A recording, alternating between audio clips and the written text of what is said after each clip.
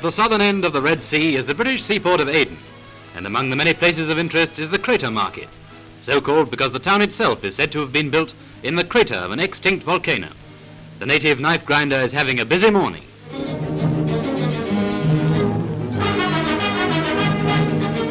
Transport is by camel or camel cart, a crude three-sided box on wheels that makes the tall beast look even taller. And when they do things in a big way, they run to a camel caravan. The Aden Camel Corps is a fine body of picked men, fearless and well-disciplined soldiers. But they say the sergeant major's just like all the other sergeant majors, if you know what they mean.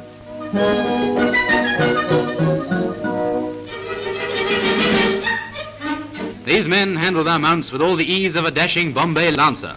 In fact, they form a valuable outpost of the Bombay Corps, quartered over 1,500 miles distant across the Arabian Sea.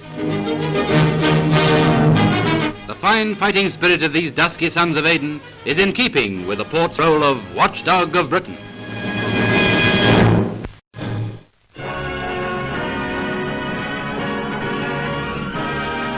The liner Gothic drops anchor at Aden. She has travelled about 18,500 miles around the globe, and Aden, the gateway between East and West, is her last port of call. On her journey, she has taken our Queen to many lands to meet many people. The scene at Aden is typical. Thousands of cheering, loyal subjects welcoming their own Queen on their own soil.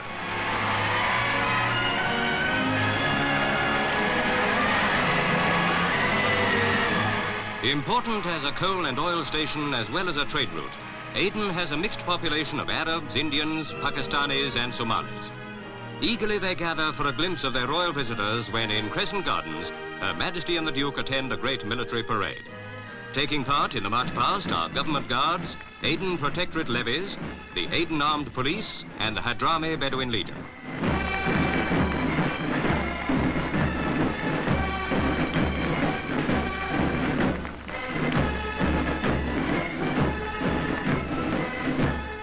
Immediately following the armoured vehicles come the camel troops. Now, for the first time during the tour, the Queen holds an investiture in public. Air Marshal Sir Claude Pelly, Commander-in-Chief Middle East Air Force, receives the accolade. He uses a chair, following the custom of the Muslims, whose religion forbids them to kneel to anyone but Allah.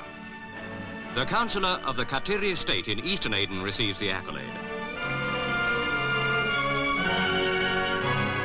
Although the temperature is about 90 degrees, the Queen appears cool throughout the lengthy ceremony. During her 2-day stay in the Protectorate, the Queen expresses her confidence in the future of Aden, which she describes as an outstanding example of colonial development.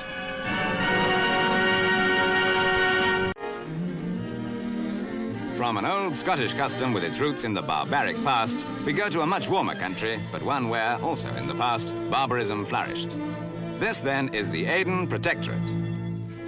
And one of the main reasons for the cessation of barbarism here is the Aden Protectorate levies, a small but compact force formed in 1928.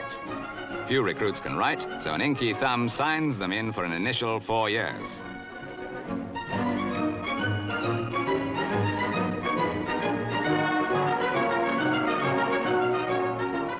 RSM of the Welsh Guards delivers instructions which are clear, unambiguous and quite audible, practically throughout the length and breadth of the Protectorate. On a more formal occasion, a full inspection by Sultan Lahed Fadl bin Ali, the effects of meticulous training are evident.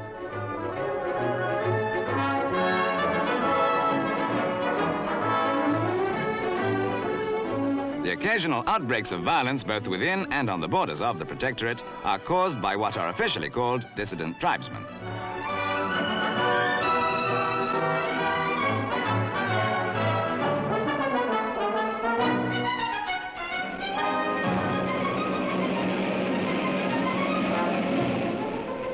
The levies are trained mainly by British officers and NCOs seconded to the force from various well-known regiments.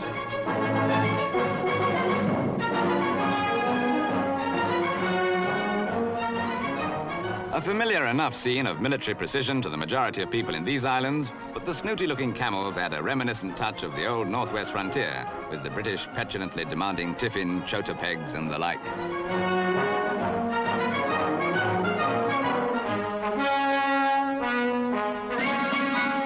The parade ground is a necessary part of training, although many national servicemen would disagree, but Aden is mainly volcanic in origin and transport is of limited use. Therefore, these troops have to manhandle heavy equipment up some pretty formidable scenery.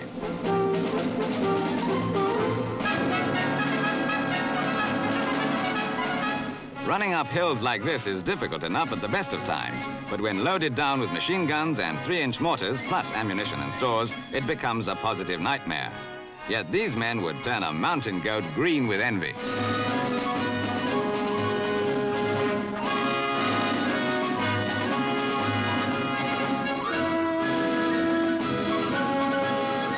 Despite the rigorous training, a recent recruiting drive brought at least 5 volunteers for every vacancy. In several recent clashes with the mobile and well-armed dissident tribesmen, the Protectorate levies have proved their worth and, among other decorations, have been awarded 4 military crosses for gallantry in action.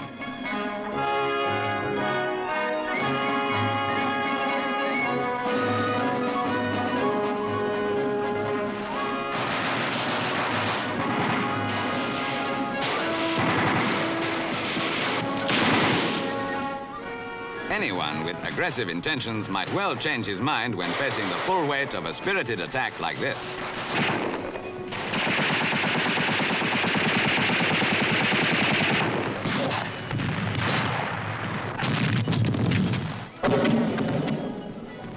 Usually, these troops are used only in more or less local skirmishes, but they do it both effectively and efficiently. They are, in fact, the main reason why Aden Protectorate is just that.